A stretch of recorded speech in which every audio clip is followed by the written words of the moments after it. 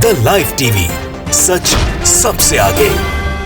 नमस्कार, मैं हूं Iqbal Parvez. The live TV में आपका स्वागत है। साथियों, हम अपने इस वीडियो में आज आपको 3 बड़ी खबरें बताने जा रहे हैं, जिसमें पहली सबसे बड़ी खबर ये है कि भारतीय जनता पार्टी के नेता ही योगी आदित्यनाथ के पीछे पड़ चुके हैं, मोर्चा खोल दिया है। यहाँ तक कि प्रधानमंत्री नरेंद्र मोदी को संबोधित करके लिखा है कि योगी आदित्यनाथ को हटाएं और प्रदेश की जनता का जो विश्वास खोया है उसे दोबारा हासिल करें। और दूसरी बड़ी खबर हम आपको बताएंगे कि जिस तरह से आपने देखा कि किस तरह से गंगा में लाशें तैर रही थी, किस तरह से नदी के किनारे या गंगा के किनारे शवों को जैसे रेत के नीचे दबा दिया गया और वो बाहर निकली हैं, उस पर योगी सरकार उसको छुपाने के लिए कौन सा नया खेल खेल रही है, किस तरह से आप कहें कि दूसरी तस्वीरों को वो जारी करके उस पर सफाई दे रही है। और तीसरी खबर हम आपको ये बताएंगे कि योगी ने किस तरह से एस्मा लगा दिया है, यानी कि अगले 6 महीने तक कोई भी आदमी हड़ताल पर नहीं जा सकेगा। तो आप बने रहिए हमारे साथ, हम आपको ये 3 बड़ी खबर आपको बताने जा रहे हैं। लेकिन शुरू करते हैं। सबसे बड़ी खबर वो ये है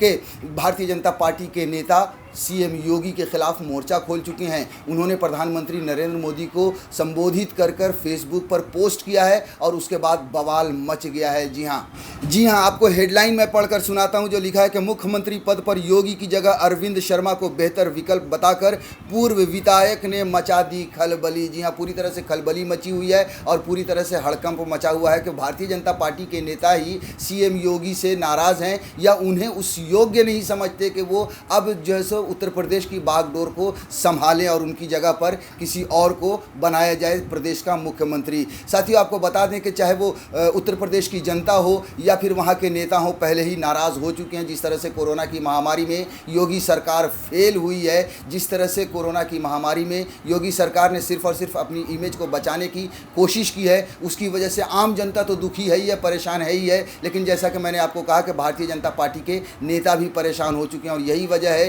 कि वो अब खुलकर सामने आने लगे हैं। जी हाँ, इससे पहले आपको बता दें कि भारतीय जनता पार्टी के 4 विधायकों ने जो है सो सीएम योगी आदित्यनाथ के बारे में कह चुके हैं कि योगी आदित्यनाथ असफल रहे हैं कोरोना महामारी से लोगों को बचाने में। अब थोड़ा सा आपको विस्तार से खबर बता देते हैं कि ये मामला क्या है। प्रतापगढ़ में भाजपा के पूर्व विधायक ब्रिजेश मिश्र सौरभ ने फेसबुक पर प्रदेश के मुखिया योगी के स्थान पर पूर्व आईएएस अधिकारी अरविंद शर्मा को बेहतर विकल्प का पोस्ट डालकर खलबली मचा दी है। इसे लेकर पार्टी स्तर पर अंदर ही अंदर पूर्व विधायक के खिलाफ कार्रवाई की सुगबुगाहट भी शुरू हो गई है। जी हाँ, हम सब जानते हैं कि जब भी इनके खिलाफ, सरकार के खिलाफ कोई बोलता है तो उनके खिलाफ जो है सो कार्रवाई शुरू हो जाती है, उनके खिलाफ कुछ न कुछ तांडव शुरू हो जाता है। और ब्रिजेश के साथ भी यही हो रहा है कि ये जो खबर आ रही है कि अब जो सरकार है वो योगी सरकार है, उनका जो अमला है पूरा वो उनके पीछे कार्रवाई करने के लिए भी लग गया है। लेकिन आपको बता दें कि उन्होंने फेसबुक में लिखा क्या है। भाजपा नेता व पूर्व विधायक ब्रिजेश मिश्र सौरभ मंगलवार को फेसबुक पर एक पोस्ट जारी किया। उसमें उनकी तरफ से लिखा गया कि उनकी भाजपा पार्टी में फेरबदल की चर्चा जोरों पर है। हाल ही में स्वेच्छा से सेवानिवृत्त लेने वाले गुजरात कैडर के आईपीएस अधिकारी अरविंद शर्मा को आईएएस अधिकारी अरविंद शर्मा को डिप्टी सीएम बनाने की भी चर्चा आम है। शर्मा जी के बारे में सुना है कि वह प्रशासनिक नौकरी के दौरान प्रधानमंत्री नरेंद्र मोदी के बेहद करीब थे। गुजरात और देश से जुड़े कई बड़े मामलों में उनसे राय भी ली जाती रही है।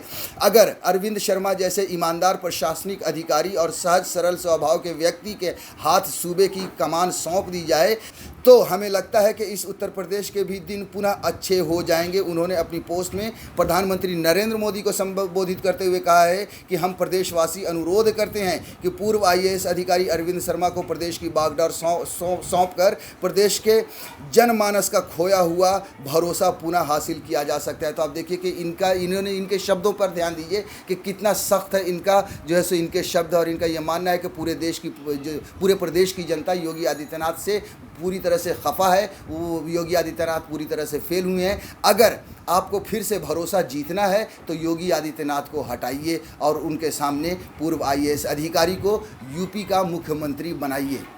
अब साथियों हम बढ़ते हैं दूसरी खबर की ओर। जी हाँ, आपने देखा कि किस तरह से गंगा में हज़ारों लाशें तैरती हुई देखी गई। आपने देखा कि किस तरह से प्रयागराज के किनारे या गंगा के किनारे किस तरह से रेत के नीचे लोगों ने लाशों को दबा दिया इस महामारी में, और इतनी जल्दबाजी में उन लाशों को दबाया गया कि लाशें बाहर निकल गई, उनके हाथ पैर बाहर निकल गया। और आपने देखा कि चील कौवे उस पर मंडरा रहे थे, नोच रहे थे, कुत्ते उसे नोच कर खा रहे थे, उनकी कफन तक जो है सो दिख रही थी। अब इस पर जो है सो भारतीय जनता पार्टी अब सफाई देने पर उतर गई है।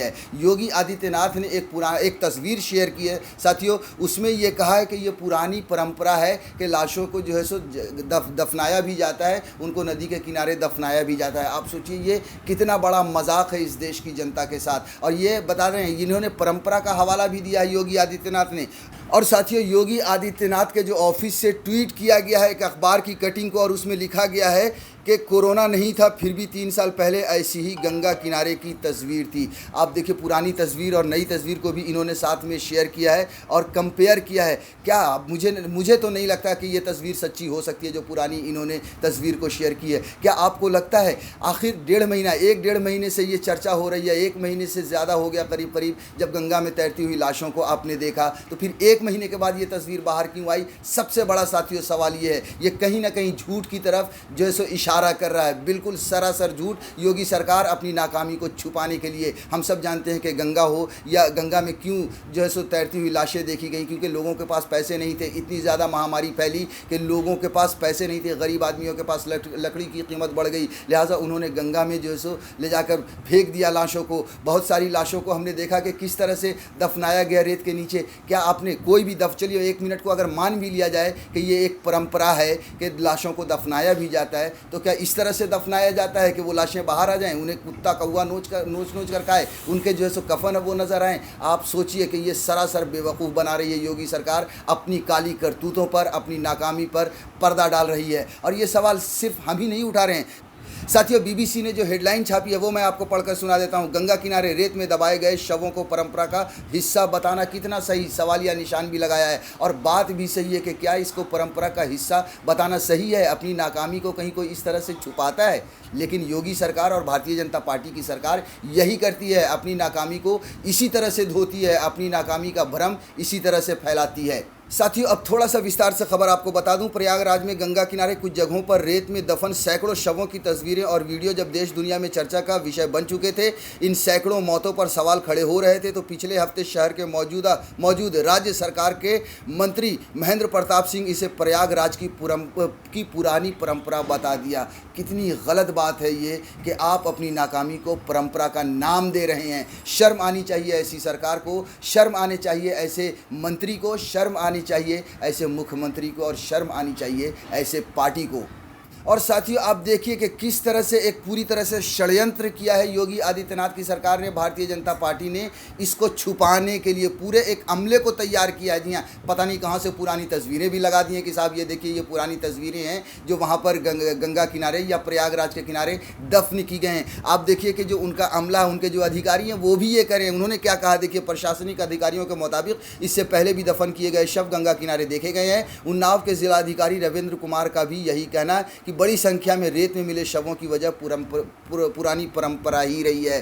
फिर से ये भी जो है सो परंपरा को ही कह रहे हैं, मतलब पूरी तरह से तैयारी इस पे बाज़ाब्ते 1-1.5 महीना की गई है। उसके बाद 1-1.5 महीने के बाद ये जो है सो सामने रखा गया है कि साहब ऐसा पहले भी होता रहा है। जैसा कि मैंने पहले भी कहा कि मेरी इतनी उम्र हो गई है, 19-20 साल से पत्रकारिता कर रहा हूँ, लेकिन मैंने तो कभी इस तरह से शवों को गंगा में बहते हुए नहीं देखा। मैंने कभी इस तरह से नहीं देखा है कि रेत के नीचे शव को दबा दिए जाएँ, उनके पैर हाथ बाहर निकल जाएं, उनको चील कौवे नोच कर खाएं, पागल कुत्ते उन्हें नोच के खाएं। मैंने कभी नहीं देखा है, मुझे पूरा यकीन है कि आपने भी नहीं देखा होगा, लेकिन योगी सरकार ने इसे देखा है। योगी सरकार के जो चट्टे पट्टे जो उनके मीडिया के लोग हैं उन्होंने ज़रूर देखा होगा। योगी सरकार के इशारे पर उनके अधिकारियों ने भी हो सकता है देखा होगा।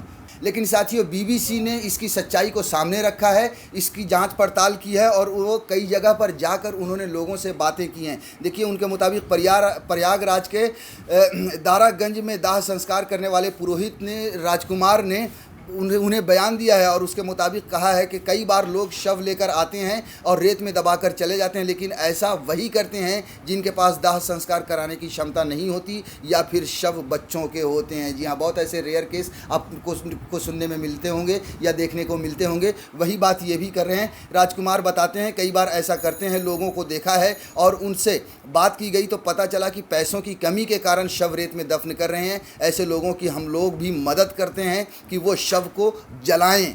कई स्वयंसेवी संस्थाएं भी हैं जो मदद करती हैं। अपनी मर्ज़ी से या परंपरा की वजह से तो कोई नहीं दफनाता। जी हाँ, ये साफ कह रहे हैं कि अपनी मर्ज़ी से कोई भी शव को दफनाता नहीं है, हर कोई जलाता है। अगर कोई जला नहीं पाता है तो हमारी कोशिश होती है कि हम उनको किसी तरह से मुहैया कराएं पैसे, ताकि वो शव को जला दे। तो आप देखिए कि किस तरह से ये परंपरा के नाम पे योगी सरकार झूठ बोल रही है, लोगों को गुमराह कर रही है। साथियों, अब मैं तीसरी बड़ी खबर आपको बताने जा रहा हूँ कि उत्तर प्रदेश में एस्मा लगा दिया है योगी सरकार ने। एस्मा का मतलब है कि अगले 6 महीने तक कोई भी जो है सो वहाँ पर हड़ताल नहीं कर पाएगा।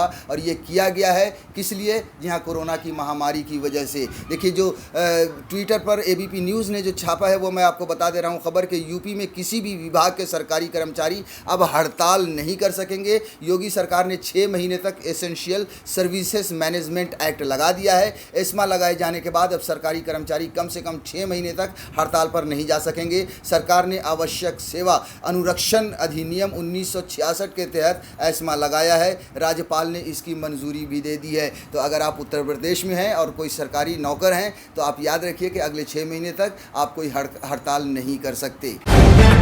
द लाइव टीवी, सच सबसे आगे।